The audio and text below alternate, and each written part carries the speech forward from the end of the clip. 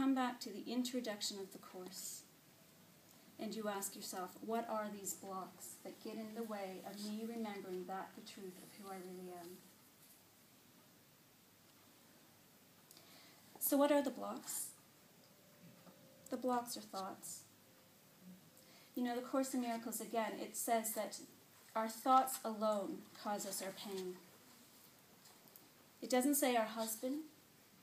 It doesn't say our children.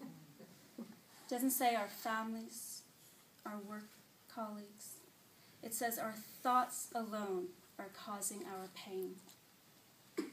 So how many people today have had a thought that may have caused them a bit of pain? It's okay to be Right. And how familiar is it to have those thoughts in a day that cause your pain? Yeah, we're so used to them. It's the default button. And what the Course is asking us to do is to make the truth the rule and not the exception. To make truth the rule and not the exception. So, blocks are just thoughts, and the Course is asking us and inviting us to undo those thoughts. And I believe there's many tools out there that can assist to assist in that process, and I'm going to talk about one of them tonight myself. I love Byron Katie's tool, the work. I feel it is very compatible with the theology of the Course. And for many years I was reading the Course in Miracles, and I was getting really stuck in the theology of it. And the Course itself says that the theology is impossible, but the universal experience is not only possible but necessary. And what I noticed in my own life is I was a well-read Course student, but I was missing out on that experience of peace of mind and joy. You know, I would do the lesson and then put the book down and start thinking again. And when I started to slow the thinking down, what I came to discover is that I had become addicted to thinking. And the more and more I looked at my addiction to thinking, the more and more I realized, actually, I think thinking is the original addiction. Every experience, everything we do, everyone we meet, it all is woven out of a thought. So all the traditional addictions, all the traditional pains and struggles that we get on a day-to-day basis, they're all extensions of thoughts. And I came to see in my own life, I had become addicted to thinking. And my addiction to thinking created pain and suffering. So the Course in Miracles invitation is always to get away from the effect, to get away from the symptom level, and move back to the cause of all pain and suffering, which were my thoughts. So in front of all of you today, you are not responsible for my happiness. My partner's in the room right now. I'm conscious that I'm saying you are not responsible for me. Sending texts and the responses and the roof leaking. I mean, this is life. The question is, can we get curious about it? Can we get curious about it? You know, the Course invites us to replace why is this happening with what is this for? What can this event show me today about myself? What can I learn about me today? My roof is leaking. It's taking the mundane, everyday acts and using them to heal your mind. We don't have to wait for the roof to come crumbling down. It just needs to leak a little. It gets our attention. We don't have to be on our knees.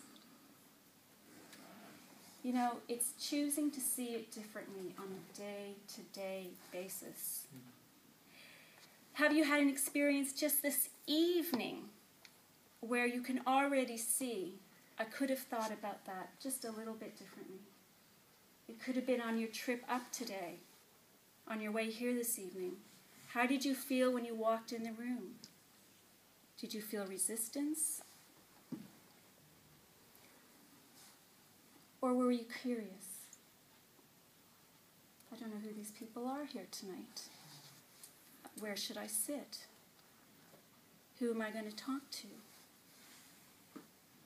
What exercises am I going to have to do? I mean, it's about getting curious about what's going on in our life. Asking questions is the ticket to freedom.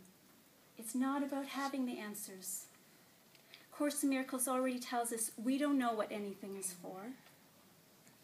And we don't need to know. We just need to ask and receive and be open. Be curious. One of the things I love about the Course is it talks a lot about the psychology of the ego. And sometimes, it can really go on and on and on.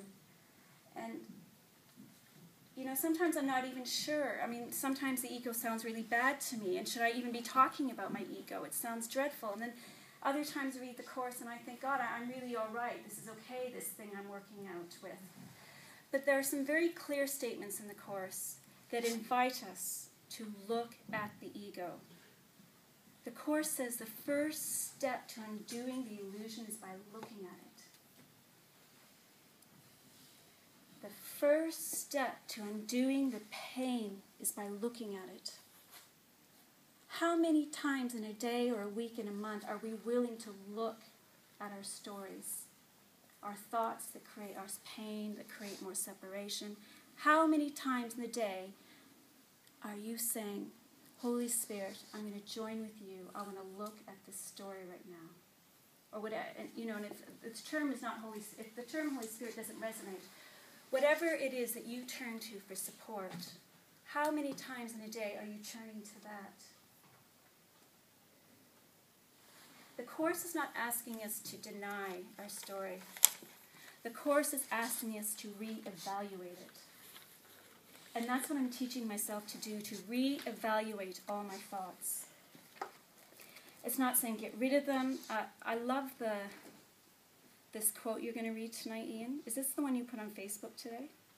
Yeah, yesterday. Yesterday. It was, it's perfect because this quote that Ian put up on Facebook, he says, it says, we're not being asked to deny the Holy Spirit, God, Jesus, Spirit. It's not asking us to get rid of. It's not saying we're bad. It's just asking us to look at the story, look at the thoughts, and reevaluate them. Is there another way I could be looking at this? Perception is a choice, not a fact. So we are all, at all times of the day, operating from a world of perception. So we are constantly operating from a place of choice. You have free will. I have free will. I can choose the way I think, and I can turn it around the second I'm willing. And what I've come to learn through looking at thinking as an addiction in my own past is that now there is nothing I can't change my mind about when I am willing. There is nothing I can't change my mind about now when I'm willing. And there's nothing you can do to stop me from loving you. There's nothing you can do that's going to ever push me away. I mean, this is the dialogue I have going on in my head now. So, the Holy Spirit asks of you but this, and this is good. This is good. Bring to him every secret you have locked away from him. Don't worry, and I'm not going to ask you what they are, but I just want you to think about this. I'm serious. Bring to him every secret you have locked away. Open every door to him, and bid him enter the darkness and lighten it away. At your request, he enters gladly. Bring therefore all your dark and secret thoughts to him, and look upon them with him.